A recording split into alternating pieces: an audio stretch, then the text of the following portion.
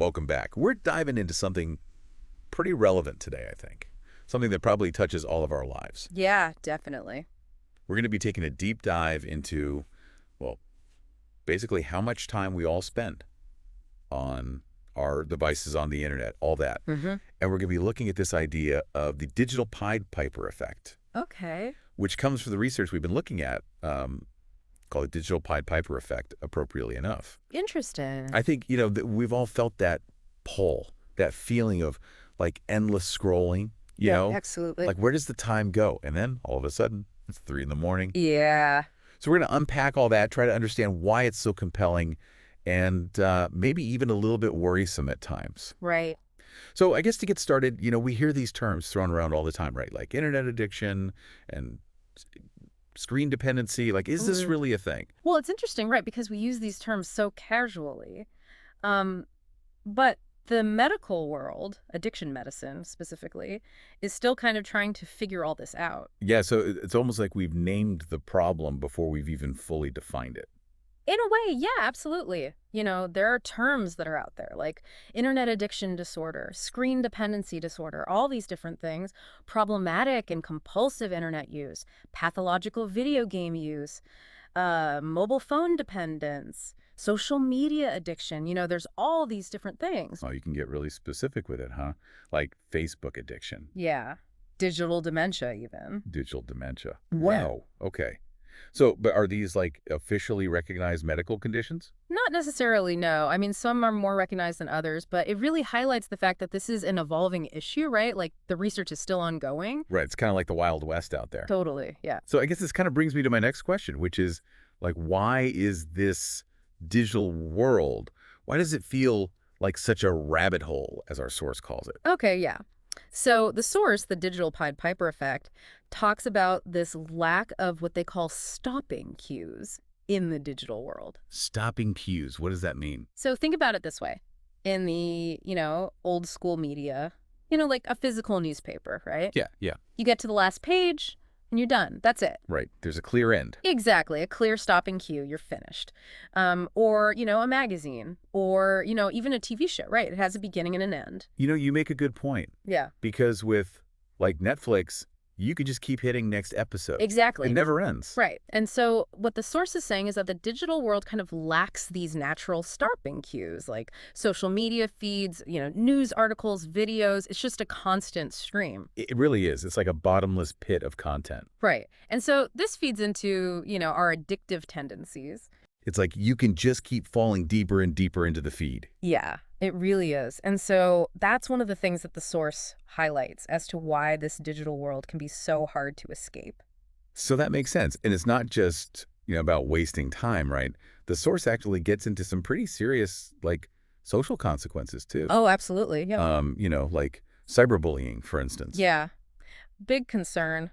The source talks about how the internet provides anonymity, which can, make it easier for people to say or do things that they wouldn't normally do in person. You said anonymity. Yeah. That kind of reminds me of, like, online trolls.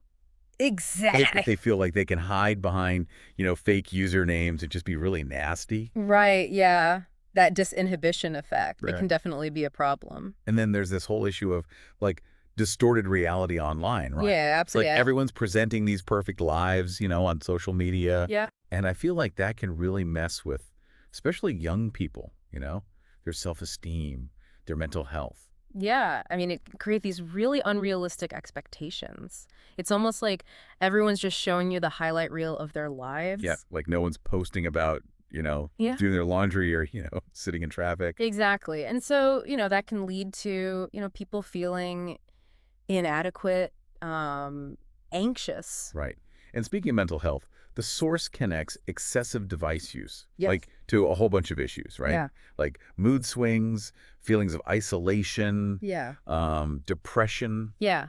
And it's important to note here, right, that the source highlights studies that have shown a correlation between increased screen time and these negative mental health outcomes. Yeah. Especially in young people. Yeah.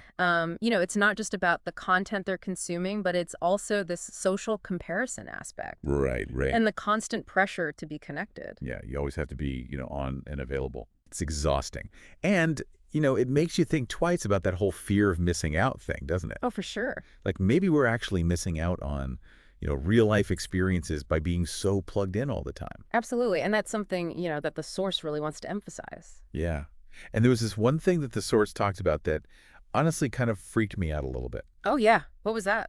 Digital dementia. Ah, yes. Like what is that? So digital dementia is this idea, and it's a concerning one, but it refers to this potential decline in cognitive function, especially things like memory and attention span, Okay. linked to an over-reliance on technology. So, like, if you're always on your phone, your brain just gets lazy. Well, it's not quite that simple, but the source does cite studies that suggest that, over-relying on devices for information retrieval, navigation, Yeah. might be weakening our own cognitive abilities. Like, if we're not using our brains to remember things, to problem solve, Right. those skills might atrophy. So it's not just about wasting time. It's actually potentially impacting how our brains work. And that's what the research is suggesting, yeah. That's kind of scary. It is concerning. There was another concept from the source that I found really interesting. This idea of the illusion of expertise. Oh, yeah. That's a good one. Like, what is that all about? So, it's sometimes called the YouTube effect. Okay. Basically, the source argues that watching videos, tutorials, online courses Yeah. can create a false sense of expertise, especially in skills that actually require, years of practice and experience. Yeah, so like, just because I watched a YouTube video on how to change a tire doesn't mean I can actually go out and do it. Right, exactly.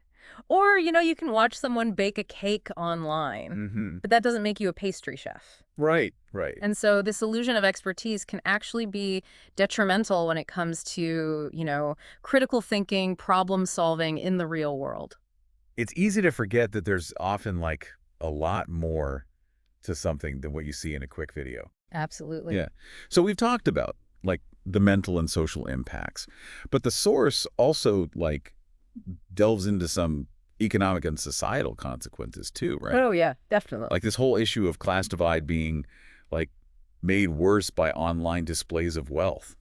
Right. So the argument there is that this constant exposure to, lavish lifestyles online can fuel feelings of inadequacy and resentment, especially, among people who are struggling financially. Yeah, it's like a digital arms race where everyone's trying to keep up with like the Joneses' online persona. Exactly. And then the source also touches on this, the rise in youth crime Oh, wow. driven by a desire for the material possessions that they're seeing flaunted online. So like they're trying to get those things, by any means necessary. Unfortunately, yeah, in some Whoa. cases. Wow, this is a lot to take in. It is. I feel like, I don't know, this deep dive has been quite the journey.